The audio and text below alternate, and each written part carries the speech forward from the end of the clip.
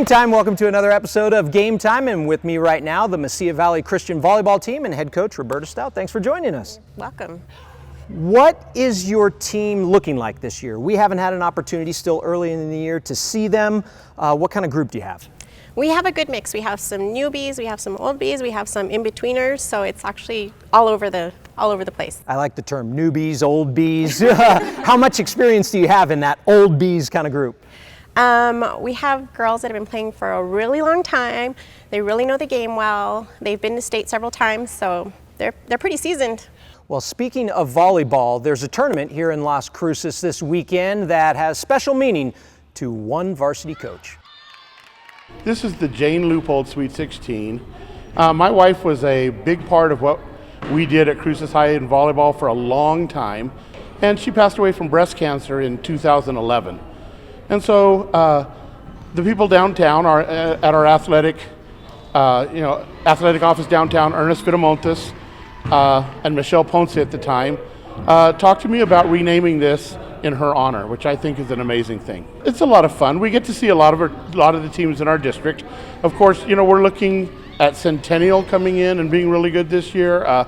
Cleveland, Brian Ainsworth brought his team down. Artesia is over here from the southeastern portion of the state. It's a good opportunity for us to see some teams that ordinarily we might not see during the season. I think more than anything, it probably just gives us a good look at our district. But we only play 20 matches here in the state of New Mexico, and so I tell my kids we don't want to waste any of them. We want to make sure that we use all 20 matches to get us ready for November. Welcome back to Game Time. With me again, the Mesilla Valley Christian volleyball team and head coach Roberta Stout. You had mentioned state earlier. This year at state, it's going to be a little bit different. There's no pool play and rather a double elimination format. Do you prefer that? Did you like pool play? What are your thoughts on it? I usually like pool play, but it's definitely something different. So until you go through it, I think that's the best time to make a decision after you've done both. So we'll have to see on that one. You were the #1 seed, Mesilla Valley Christian, last year.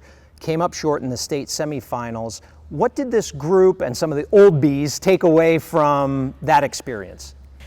I think being there, being in that environment, having that pressure, I think that's going to be really good for them this year because they've been there, done that.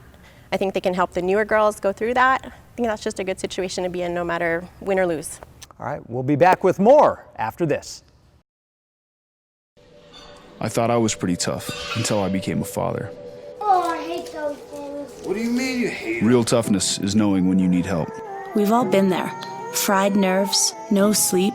None of us do it alone. If you need help, you've got to ask for it.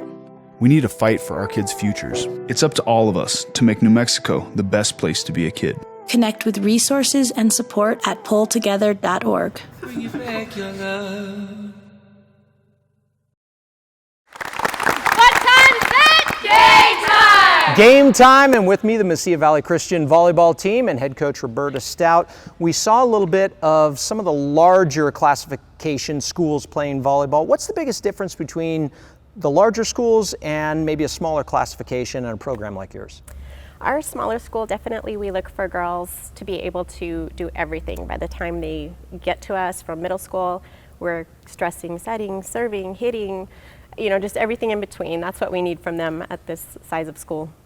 You made it to the state tournament last year as the #1 seed, as we'd mentioned. What's it going to take to get back there, and what kind of goals do you have for this team this season?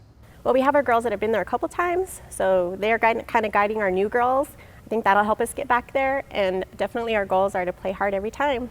Coach, thanks for joining us. Ladies, good luck this season. Hopefully we'll see you at state, and we'll be back with more after this. Do you love sports? Do you want a front row seat for exciting high school sports action in New Mexico?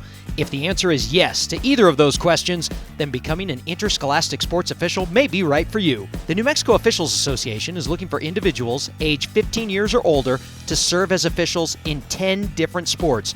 No experience is necessary and training is provided. If you're interested, call 505-923-3110. That's 505-923-3110, or go to the website nmact.org and click on the Officials tab.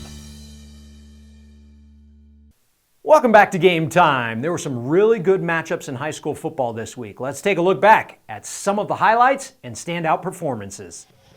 The top matchup of the week was La Cueva and Las Cruces. La Cueva quarterback Austin Smith threw 4 touchdown passes, 2 of them to Connor O'Toole. Smith also rushed for another score. The Bears beat the Bulldogs 37-24. Also of note in this game, La Cueva kicker Dominic Camacho set a New Mexico record for most field goals in a career. He now has 29 and counting. Rio Rancho's first win of the season was a noteworthy one. Against Clovis, Rams running back Zach Vigil scored 4 times as Rio Rancho beat Clovis by 20, 48-28 the final. Down south, we saw an early season rivalry game between Gadsden and Santa Teresa. A low-scoring affair between these two. Matthew Lopez with the lone touchdown of the game, and Santa Teresa starts the season with 2 straight wins. They post a shutout 10-0. Hot Springs hosting Crown Point. It was homecoming down in Truth or Consequences, and the Tigers have a nice tradition on homecoming where the players march through the stands and greet the fans with high fives before taking the field. Didn't take the Tigers long to get on the board on their first possession. Benito Villa across the middle to Cameron Zamora, and he does the rest. He finds his way to the end zone. Tigers never trailed in this one. Their very next possession, Benito Villa on the keeper, around the outside, and Benny has some jets. Look at the big guy move. He goes 75 yards for the score. Hot Springs, a winner on homecoming, 44-0. Socorro turned in a fantastic 2-play sequence against Raton.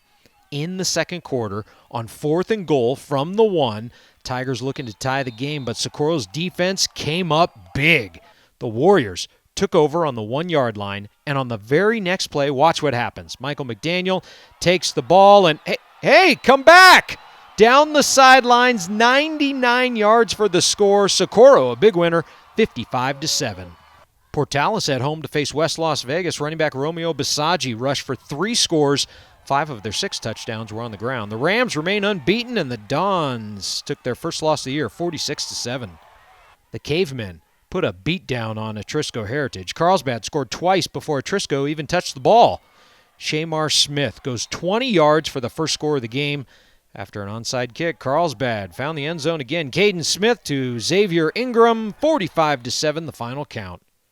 Cleveland quarterback Jeff Davison had a field day against El Dorado. The junior threw for 345 yards and 7 touchdowns.